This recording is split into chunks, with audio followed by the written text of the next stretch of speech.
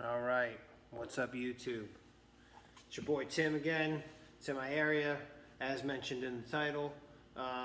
Doing another WrestleMania rebooking for you. These are probably the last ones I'm going to do. I really just wanted to do up till WrestleMania 10. As after WrestleMania 10, I was looking at it. I mean, there's probably still some things I would and could change around. But the more and more they go on, I feel like I'm learning that I would keep them the same. There's no, it's almost harder. I do a lot of keeping them the same, even in these rebookings.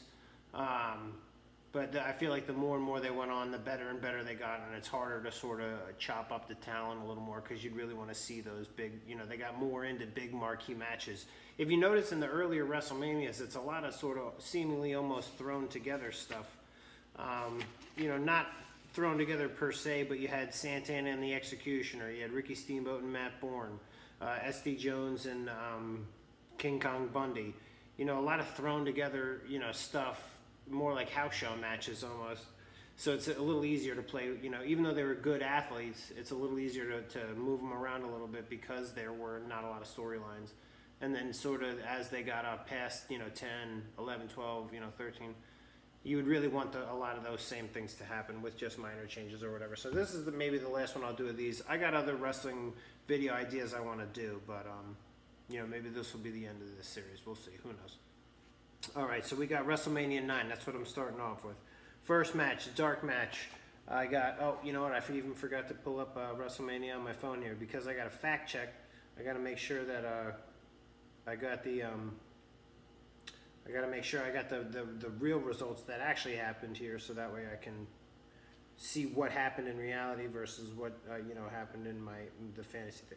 All right, so the dark match, boom. I got Tito Santana defeats Papa Shango. That happened in real life as well. Tito Santana, I think in reality, opened like, this is WrestleMania 9. I think he either wrestled in the first match or at least wrestled in the first 9 WrestleManias or something like that. It might have even been 10. He might have even wrestled in the next one.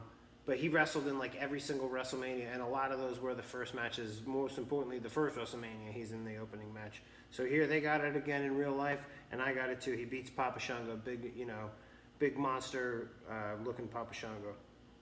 In the second match, I have Tatanka defeats Shawn Michaels for the Intercontinental Championship. In reality, Shawn Michaels lost by countout, so therefore he did not lose the Intercontinental title, and Tatanka did not lose his undefeated streak because he's undefeated here in reality. But I would have Tatanka go. It's WrestleMania. In a lot of my other WrestleMania rebooking things, it's the same thing. You're at WrestleMania. Nobody wants to see a non-finish. Nobody cares that you want to keep Shawn Michaels looking strong and stuff like that. He's going to obviously go on to have way better of a career than Tatanka in the WWF. Just give Tatanka this big WrestleMania moment and let him keep the undefeated streak. He pins Shawn Michaels, boom. I think Luna Vachon's in his corner. Yeah, big feel-good moment in the second match. All right, third match, I got the Steiners defeat the Headshrinkers. That happened in reality. I got it. As you can see, like I was talking about before, boom, I got the first 3 matches I kept exactly the same at least. They put on a great match in real life, and they would put on and that's what I'm keeping it exactly the same. They did a couple big spots where I think they almost really got injured and stuff like that. Scott, I think, went over the top rope pretty dangerously. They got 18 minutes, they got 14 minutes, 14 and a half minutes, so that's a lot of time to tell a story, so I'm keeping that the same. The next match, Doink the Clown defeats Crush in real life. I'm going to keep it exactly the same. That's a big famous angle, the 2 Doinks, and the hitting them with the fake arm that had batteries in it, they said, and all kinds of weird shenanigans that went on with that. Let's keep Doink defeating Crush the same, and I think that even might have been what put him out, and then he came back as a heel, which I think we see in the next WrestleMania as Crush's heel. Next match, I got the Undertaker defeats Giant Gonzalez. That happened in real life. They had it a little farther down the card. I'm keeping it the same. So boom, that's 1, 2, 3, 4, 5 matches that stayed exactly the same. Next match, look at this. I got Razor Ramon defeats Bob Backlund. Same thing. That's also in real life. You can see, look, it's tougher to even rebook these because they were so good. How would you even switch that around? You wouldn't want Bob Backlund, obviously, against Giant Gonzalez, or Razor Ramon versus the Undertaker at the time. You couldn't have that. I mean, that actually would have been a good probably match, and I don't think they ever did that to be. Now that I'm thinking about it. But yeah, we're keeping it the same. Razor Ramon defeats Bob Backlund. I know in reality he was injured. Ramon had, I think he like blew out his knee or something like that. So they had to keep it a quick match. In reality, he beats a former world heavyweight champion of WWF, former two-time champion, in 3 minutes and 45 seconds. So maybe, you know, hopefully I would have been able to have them a little longer match. In my fantasy, maybe Ramon's not hurt.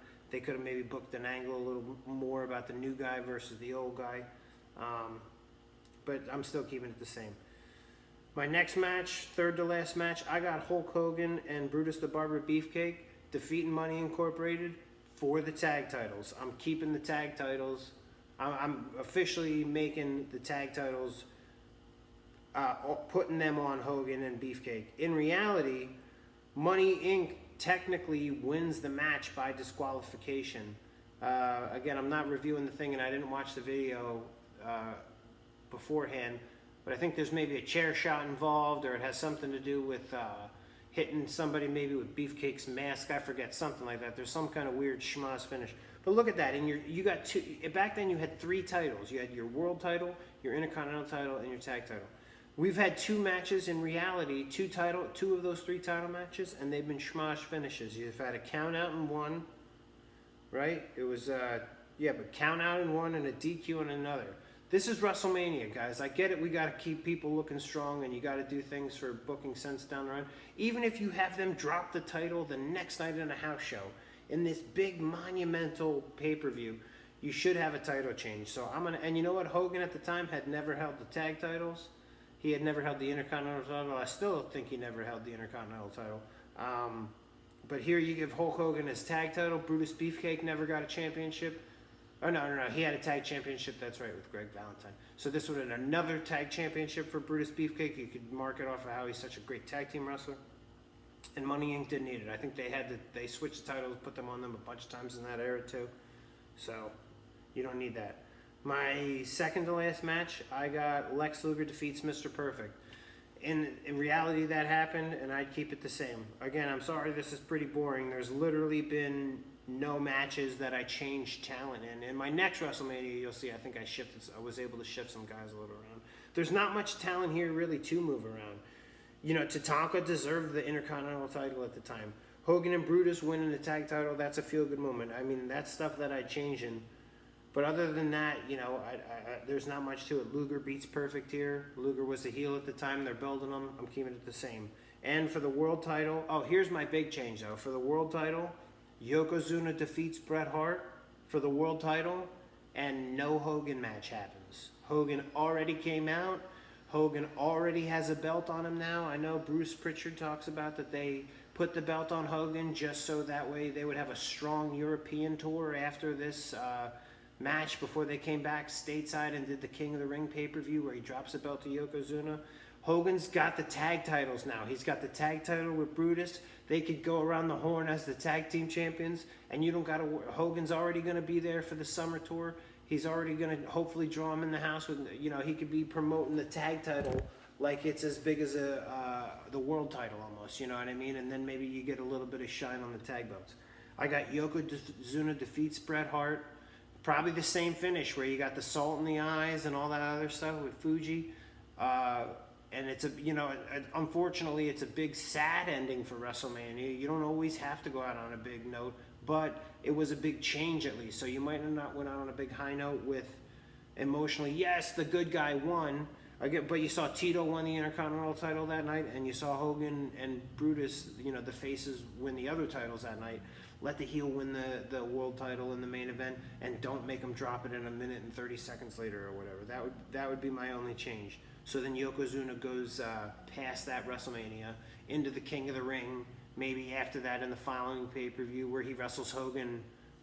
And now Hogan's never had the match yet, but he's called him out. And maybe Hogan and Brutus lose the tag titles between WrestleMania and King of the Ring. Or even Hogan goes into that world title match as half of the tag champions. They just don't defend the tag titles on that match. And the belt, the match is only for the world title. And Yokozuna still beats Hulk Hogan at King of the Ring with the fireball and the photographer and stuff like that. And then that's the end of Hulkamania, and he ends up going to WCW. All right, so now I got WrestleMania 10. Again, a lot of stuff I know I kept the same with WrestleMania 10 too. There was I like WrestleMania 10. I think it's a good card, but I reworked this a little bit, and here's my opinions on how it should happen. All right. In the dark match, I got Heavenly Bodies going over the Bushwhackers. Guess what? That happened in real life too. Oh, WrestleMania 10 was in New York City, Madison Square Garden. It's about 70 miles north of where I'm sitting right now. I've been there a number of times and seen many things at concerts and events and all kinds of stuff like that. It's a special place for me, Madison Square Garden, just so you know. Second match, I got Owen Hart defeats Bret Hart in 20 minutes and 21 seconds. I keep it exactly the same, exactly to the second. I believe it's a 5-star match, too. If you haven't seen it, Owen Hart, the little brother, finally gets his comeuppance. He beats Bret with a victory roll. Solid match in real life. Solid match to keep it exactly the same way. Next match. Here's the first little change. In reality, it was Bam Bam Bigelow and Luna Vachon versus Doink and Dink in a mixed tag team match. I'm changing that. I'm just having to be a straight Bam Bam Bigelow versus Doink match. Let me see, in WrestleMania 9, yeah, Doink was against Crush in WrestleMania 9. But here I got Bam Bam going over Doink in a one-on-one match. Don't involve the little person. Don't involve a woman in it. That's, just comedy spots. They had their comedy spots working up to this, but have this be a brawl. And have Bam Bam look like a monster and go over and maybe be a world title contender after this, but just keep it one-on-one. Then the next match, in reality, Randy Savage defeats Crush in that Falls Count Anywhere match. I'm switching it up. I got Crush defeating Randy Savage in the Falls Count Anywhere match. Now, this was right around the end of Randy Savage's WWF tenure. Randy Savage was very good friends with Crush in real life and was all about putting him over, and basically requested to have this big WrestleMania moment match with Crush because he was such a good friend and he wanted to have this big moment. Think about Randy Savage's WrestleMania opponents. You got Ricky the Dragon Steamboat as one of the greatest matches of all time, headlining 2 WrestleManias right in a row with DiBiase and Hogan, the retirement match with Ultimate Warrior, et cetera, et cetera. And then he's got Crush in his last wrestling WrestleMania, Crush. But they were great friends. Here, I'm going to have Crush go over, again, maybe be a world title contender after that, push Crush, make him a monster. Now, he just defeated Randy Macho Man Savage, former 2-time champion or whatever, Intercontinental champion, blah, blah, blah, King of the Ring. So Crush wins. Crush looks like a monster, maybe injure Savage. That's what puts him out to be the commentator role, and they go from there. And now Crush has got to push. Here's why I also didn't want Luna involved in the match. In my next match, in reality, Alundra Blayze defeated Leilani Kai in 3 minutes. Leilani Kai was a big member of the rock and wrestling era, sort of in the a B-list character maybe, though, to the Wendy Rickers and the Fabulous Mullahs and all that. But Leilani Kai was there. I believe she was maybe even a women's tag team champion, if they had the women's tag team championships back then, I believe, because they did at one time. But still, a big player in the women's division back then. But the women's division was like 6 to 8 women, and she wasn't a long reigning champion or a main event, person like that.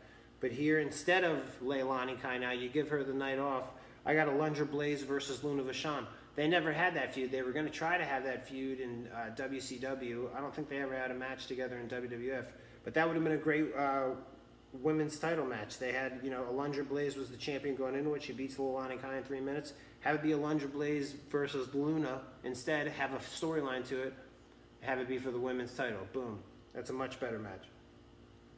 Next match, I got Men on a Mission defeat the Quebecers for the tag titles. Guess what? In reality, again, it seems to be a very common theme here, Vince, with these WrestleMania matches. Men on a Mission, in reality, defeated the Quebecers by countout, so they don't get the title. This is WrestleMania. Make title changes happen. People want to see title changes, even if you put the title back on someone the next night. People are buying this pay-per-view to hear a new champion from Fink. They want to hear that. And you didn't give it to him a lot. You schmozzed them. You gave him dusty finishes and stuff like that. In my reality, even if they weren't a great tag team, even if Mabel, God rest his soul, injured a couple people and might not have even been a strong promo, and Mo didn't last a long time, I'm having them win the tag titles here over the Quebecers, who were a good tag team and an underrated tag team. Okay, here's my next change-up. In my next match, I got Lex Luger defeats Yokozuna for the world title. And new, 2 in a row, 2 matches in a row, you got new champions. In reality, Yokozuna defeated Luger by DQ. Mr. Perfect was the special guest referee. I'm all right, we'll keep that. But I got Luger defeating Yokozuna because, again, we're building off of that Royal Rumble thing. Who's the best? Bret's the new generation and the technical wrestler, and Luger's that embodiment of what the 80s pro wrestling was, the big juiced up muscle guy who knew 5 moves and didn't throw great working punches, but was a good promo. So even though Luger might not have been the best promo, Luger could promo. Here, yeah, I'm going to say have Luger go over. Have him win the world title. You'll see how I got the main event book too, but have it be Bret versus Luger in the main event. Yoko got last year. Yoko went over in WrestleMania. He was the big, he beat Bret Hart for the title after winning the Rumble. He kept the title for the whole year. That's another thing I'll have. I'll have him booked straight through WrestleMania to WrestleMania. Now he's at the title for 365 days or whatever. And Lex Luger didn't get him at SummerSlam. Or maybe that was that might have been the previous one. I can't remember. But, here we are. Luger wins the title. And Luger's going to go on in the main event now. And we're going to try again to have the face versus face main event. Next match I got, Earthquake defeats Adam Bomb. Happened in real life. In real life, they did it in 35 seconds. That's pretty impressive. I'd say maybe have them go a little bit longer. Maybe you switch some time around or something like that. Maybe not have them go 35 seconds. But Earthquake over Adam Bomb. And I like Adam Bomb a lot. But again, now this is building Earthquake. Maybe, he's a big giant guy. Maybe he could be a contender. If Luger just won the world title, maybe Earthquake. Now I'm gonna take out Luger. My next match, second to last match, I got Razor Ramon defeats Shawn Michaels for the Intercontinental title, the undisputed Intercontinental title, in a ladder match. Hey, why would you change that? I don't think anybody in their right mind would change a second of that match. Right before, second to last too. That's, it's usually the let me up match, but we got it all together. 18 minutes, 47 seconds. I keep it exactly the same. And then here's where my main events changed a little bit. With Roddy Piper as the special guest referee, I have Bret the Hitman Hart defeats Lex Luger for the world title after losing to his brother Owen in the main event of WrestleMania 10. Again, Luger just won the title, and again, that's sort of the story of wrestling. That's almost like a passing of the torch. Everybody was so psyched for Luger to be the guy, the Hogan replacement. And Vince thought it, and tried to get Luger over, and blah blah blah, and it wasn't working. I'm gonna see what summer. I don't think summer, because this was, if WrestleMania 10 was '94, the SummerSlam before. Well, no, if this was WrestleMania, it would have been March. So that would have been a while ago. Yeah, never mind. But yeah, it just Luger didn't turn out to be Hogan. And Bret was what would leave them, if this was 94, essentially, Bret would take them from 94 till, 99 or whenever he left, or I guess the Montreal Screwjob was 98. So he left the WWF in 98, early 99. So he would leave that for another 5 years, essentially being the top guy, or this, tied for top guy. So you have Luger win the title early in the night, big reaction from the crowd. All right, now we're even more invested in it. We could see 2 title changes tonight. That's what people are thinking. And you could make it that, it's the first time ever in WrestleMania history that the title changed hands twice in one night. As opposed to WrestleMania 9, which everybody hated on 2 title changes in one night because of the Hogan squash and the Yokozuna in a minute. Now you can have a legit reason why there was 2 title changes in one night. Yeah, and I guess that's it. That's, you know, again, WrestleMania 11, 12, 13, you know, maybe I'll get to them one day, but I really just wanted to do these first 10 and have, you know, have 5 videos of the 2 of them, have them be 20 minutes long. Hopefully you watched 1 or 2 of these, or a minute or 2 of these, and somebody comments somewhere about, you know, how I got it all wrong, or how somebody totally agrees. And then, you know, it'll be on YouTube forever, maybe, who knows. All right. Look forward to some more videos, and, you know, we'll see what else is, you know, maybe I got some songs coming up. I got some more movie type things I want to do. You know, I want to, you know, get some of my stories on here, maybe some live readings of my stories that might be coming up. You know, more good solid content. So thanks for subscribing, and thanks for watching. Peace.